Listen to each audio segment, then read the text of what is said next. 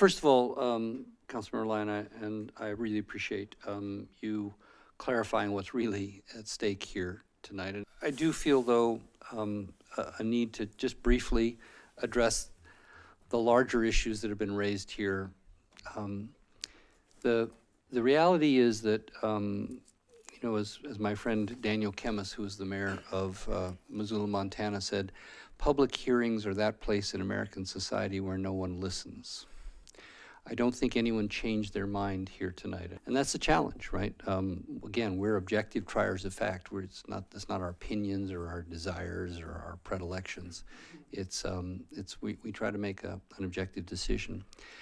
I'm deeply sensitive to the concerns that my colleague, Councilmember Jones, has raised on behalf of the residents that he represents. It is tough living in downtown Pasadena. It's tougher than living in my neighborhood. The neighborhood I live in, we don't routinely deal with human feces. We don't routinely deal with drug paraphernalia or open drug dealing. These sores of urban life are something I don't think that people who live in downtown should have any more exposure to than folks in my neighborhood. Again, the equity issue. The difficulty is that I think everything I know about this, having been a city manager in cities who've dealt with this issue, having dealt with safe parking as a city manager in Ventura and safe parking in Santa Monica, and here in Pasadena at Trinity, it truly is, as Mr. Lyon has made the point, it is very different population. There are very troubled people out on our streets. Our homeless count 2 years ago was 34 folks out on the street parked in cars that we counted, and this last year it was 37. So they're out there, and they do tend to be the kind of people who are clinging by their fingernails to some kind of stability.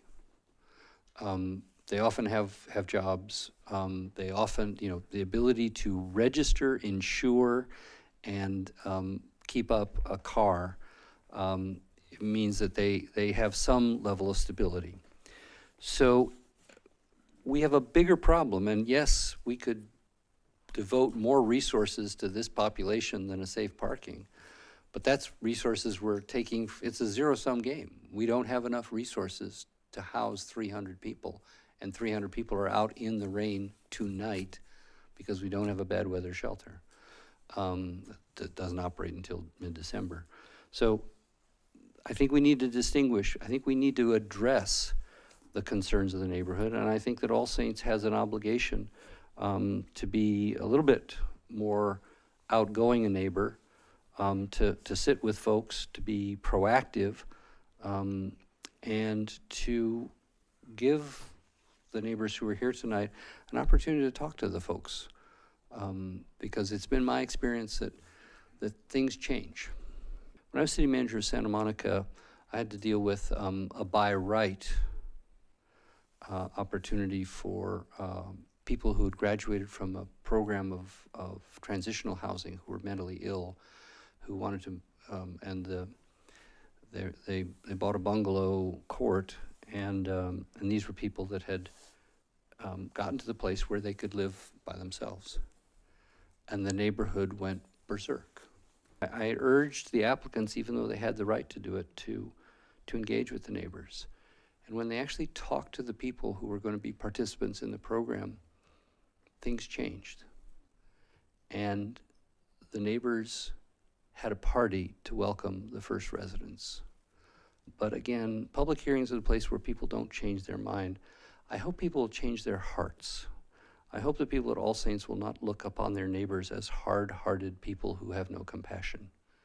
And I hope the people who are here today out of genuine concern with trying to live in a tough neighborhood will also open their hearts and actually meet some of these folks and potentially, help some of these folks. That's my hope. I know that doesn't go to evidence in the record, but I will make my vote based upon the evidence in the record. I hope that we find common ground in our community